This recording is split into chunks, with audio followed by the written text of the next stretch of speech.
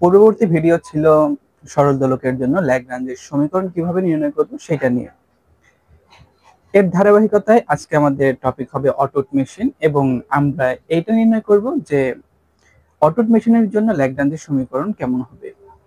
প্রথমে আমাদের জেনে নিতে হবে যে এই অটোট মেশিন জিনিসটা কি। দেখুন, অটোট মেশিনে কি করা হয়, আপনার একটা পুলি থাকে, এই যে গোলাকার একটা চাকতি, একে বলা হয় পুলি। এখানে এটা যে দেখতে পারতেছেন এইটা হলো তার। কি করা হয়, আপনার একটা তারের দুই প্রান্তে এরকম দুইটা ভর যুক্ত করা হয়, যুক্ত করে এই পুলের উপর দিয়ে এইভাবে স্থাপন করা হয়। এক্ষেত্রে পুলি তার এই দুইটার একটু কিছু বৈশিষ্ট্য থাকে, যেমন এই পুলি একদম মসৃণ হবে, অর্থাৎ ঘর্ষণ থাকবে না। এই তারের বৈশিষ্ট্য হলো এর ভর নেই এবং এটি প্রসারিত হয় না। এখানে যে ভর দেওয়া হয়েছে, ভরের কারণে কোনো প্রসারণ হবে না। তো পুলি গোলাকার একটা চাকতির মতো, সেই চাকতিতে কি করা হয়, একটা সুতা ঝুলানো হয় বা তার ঝুলানো হয়, সেই তারের দুই প্রান্তে দুইটা ভর সংযুক্ত করা হয়। এবং এক্ষেত্রে যদি কি হতে পারে, আপনার এই সুতোর সাহায্যে দুইটা বস্তু অবাধে ঘুরতে সম্পাদন করতে পারে, অর্থাৎ এটা একবার উপরে উঠবে নিচে নামবে এরকম গতি সম্পাদন করতে পারে, তাহলে এটাকে বলা হবে আপনার অটোট মেশিন। এই অটোট মেশিনের জন্য আমরা ল্যাগ্রাঞ্জের সমীকরণ নির্ণয় করব। অন্য সব প্রতিপাদনের মতো আমাদের এই প্রতিপাদন শুরু করতে হবে কিছু বাংলা কথা দিয়ে। তো আমরা কি করে নেব, মনে করে নেব আমাদের এই যে অটোট মেশিন রয়েছে, এখানকার এই যে তার আছে এর দৈর্ঘ্য হবে এল, এবং অবশ্যই এটা ভরহীন হতে হবে। এর দুই প্রান্তে যে আপনার ভর ঝুলানো আছে, আমরা মনে করি এইটার হলো ভর M1 এবং এইটার হলো M2।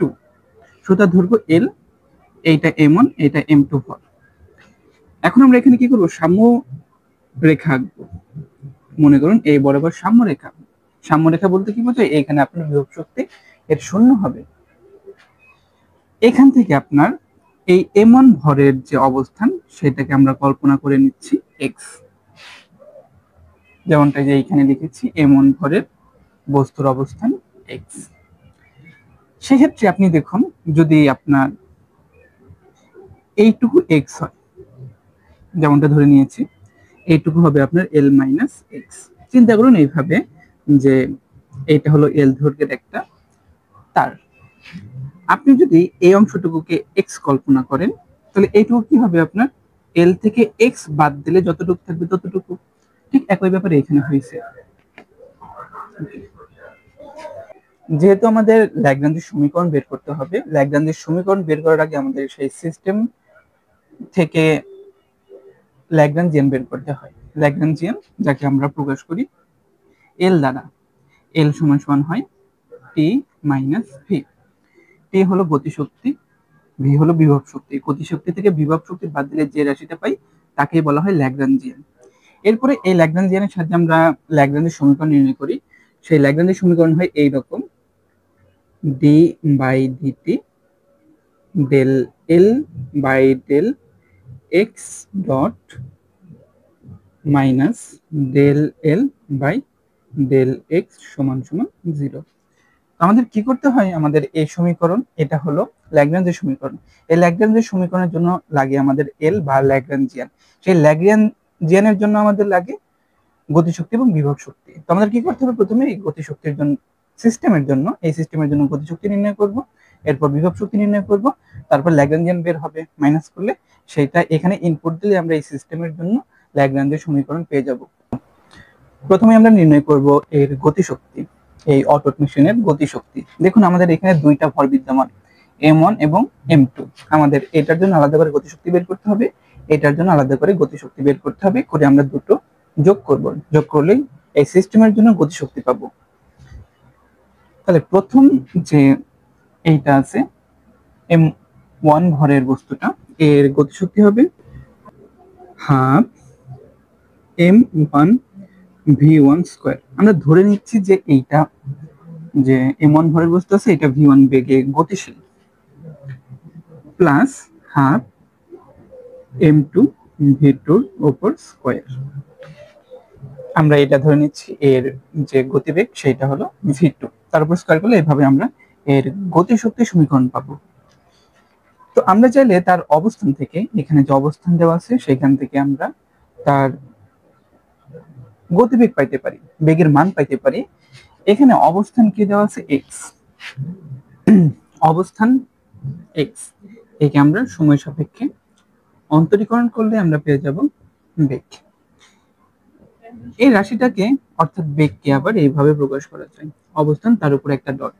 ক্লাসিক্যাল মেকানিক্সে আপনি যখন সময় সাপেক্ষে কোনো রাশিকে অন্তরীকরণ করেন, এই ক্ষেত্রে আমরা এক্স কে অন্তরীকরণ করছি, তো একবার অন্তরীকরণ করছি, এইটা প্রকাশের উপায় হলো এর উপর একটা ডট দিয়ে প্রকাশ করা, এখানে ডট দিতে হবে। আচ্ছা, তো এটা আমরা বেগ পেয়ে গেলাম। তো এখানে আমাদের এটার অবস্থান ছিল এক্স, একে অন্তরীকরণ করছি সময় সাপেক্ষে করে এইটা পাইছি। তো এইটা হলো আমাদের বেগ। এইটার বেগ কত? এইটার বেগ যদি আপনার কি হয়, এক্স ডট হয়, তাহলে এইটার বেগ কত? একটু লজিক্যালি চিন্তা করেন, এখানে সুতো দিয়ে বাঁধা আছে এল দৈর্ঘ্যের, এইটা যতটুকু বেগে নিচে নামবে এটা ঠিক তত বেগে উপরে উঠবে, তাই না? এটা ঠিক তত বেগে উপরে উঠবে। তো এটার বেগ যদি এক্স ডট হয়, অটোমেটিকলি আপনার এইটার বেগ এক্স ডট হতে হবে। আবার তাহলে এইভাবে দেখতে পারেন,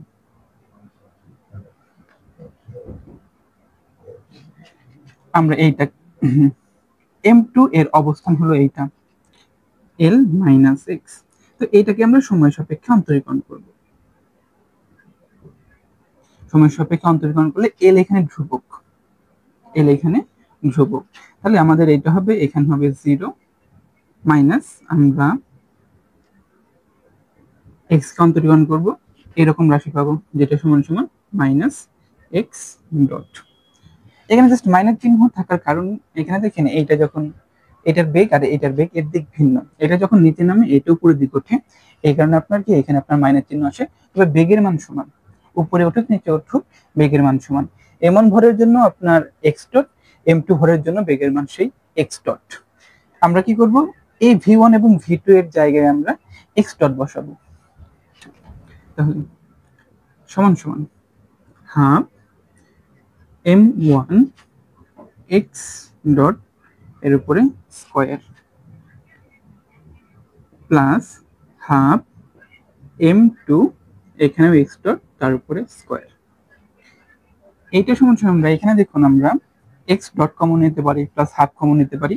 হাফ কমন নেব সামনে থেকে এবং পেছনে কমন নেব এক্স ডট, তাহলে মাঝখানে এখানে এটার জন্য থাকবে m1 এবং এটার জন্য থাকবে m2। তো অটোট মেশিনের জন্য এটা হলো আমাদের গতিশক্তির রাশিমালা। গতিশক্তি নির্ণয়ের ধাপ শেষ, এখন আমাদের বিভব শক্তি নির্ণয় করতে হবে। তবে ছোট্ট করে বিভব শক্তি সম্পর্কে একটু বলতে চাই। আমাদের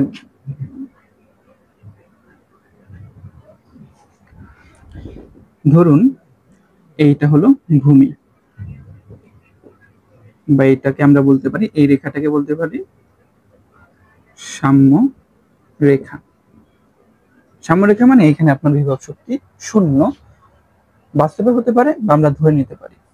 একটা বস্তু এম ভরের বস্তুকে আপনি উপরে তুলে দিলেন, এইটা হলো এম ভরের একটা বস্তু, এটা উপরে উঠছে কতটুকু, ধরুন এইচ পরিমাণ উপরে উঠছে, তাহলে এটার যে বিভব শক্তি হবে, বিভব শক্তি সেটা খুবই সহজ, ভি সমান সমান আপনি এম মাধ্যাকর্ষণ ত্বরণ জি এবং এইচ গুণন করে দিবেন, তাহলে আপনি এটার জন্য মানে যে কোনো একটা বস্তুর জন্য তার বিভব শক্তির মান পেয়ে যাবেন। এই একই কনসেপ্ট এখানে ব্যবহার করব, তবে এইটা একটু ভিন্ন, মানে সামান্যই ভিন্ন। এখানে দেখেন আমাদের সাম্য অবস্থা বা সাম্য রেখা যাকে বলতেছি, এইটাকে কল্পনা করে নিচ্ছে যে ডট ডট ডট লাইন এইটা, এখানে দেখুন কতটুকু দূরত্ব, এখানে এক্স। তো কথা অনুযায়ী আমাদের কি হওয়ার কথা, বিভব শক্তি যে হবে, তখন আমরা m1 ভরের জন্য নির্ণয় করব। m1 ভরের জন্য v1 বিভব শক্তি 1 সমান সমান m1 gx1 হওয়ার কথা। তবে এইটা এরকম হবে না, একটু ভিন্ন হবে, কেননা এইটা আপনার নিচের দিকে রয়েছে, আমরা গ্রাফ করি তাই না, এটা হলো এক্স অক্ষ, আপনি এটাকে এক্স অক্ষ কল্পনা করেন, এক্স অক্ষের নিচে যেগুলো থাকে এগুলো কি হয় আপনার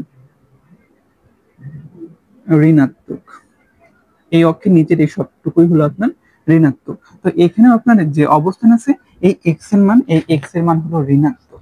তো আমরা এটাকে এইভাবে লিখবো -x1, তো পাবো হলো -m1z(x1). এইটাই হবে আপনার এই বস্তুর জন্য তার বিভব শক্তি। একই কথা এটার জন্য প্রযোজ্য। এটার জন্য যদি আপনি নির্ণয় করতে চান তাহলে সেটা হবে v, ধরুন 2 ধরলাম, mg m2g এবং l - x, এর সামনে একটা মাইনাস চিহ্ন আসবে, সেকেন্ড ব্র্যাকেট সমান সমান m2g, এই মাইনাসটা সামনে দিয়ে দেব এবং l - x এরকম হবে। কেন হইলো মাইনাস চিহ্ন? এটা হলো এরকম নিচে অবস্থান করার জন্য সাম্য রেখার। তাহলে আমাদের যে এখানে বিভব শক্তি হবে, মোট বিভব শক্তি, সেটা হবে v1 + v2। আমরা সরাসরি লিখতে পারি যে -m1z(x) মাইনাস এইটা হবে m2z(l - x), এইটা সমান সমান -m1z(x) মাইনাস, এটা আমরা গুণন করে দিব, তো l এর সাথে গুণন করলে হবে -m2z(l) এবং x এর সাথে গুণন করলে হবে m2z(x), এই x দুঃখিত, এই মাইনাস এবং এই মাইনাস মিলে প্লাস। এরপর এইটা সমান সমান মাইনাস, আমরা এই রাশি এবং এই রাশি থেকে কমন নেব, -x কমন নেব, -x এবং g কমন নেব। তাহলে কি দাঁড়াবে, যদি এখান থেকে আমরা -xg কমন নেই, এই রাশি থেকে বাঁচবে হলো m1, আর এই রাশিতে বাঁচবে -m2 অবশিষ্ট থাকবে, এবং মাইনাস এই রাশিটা m2gl।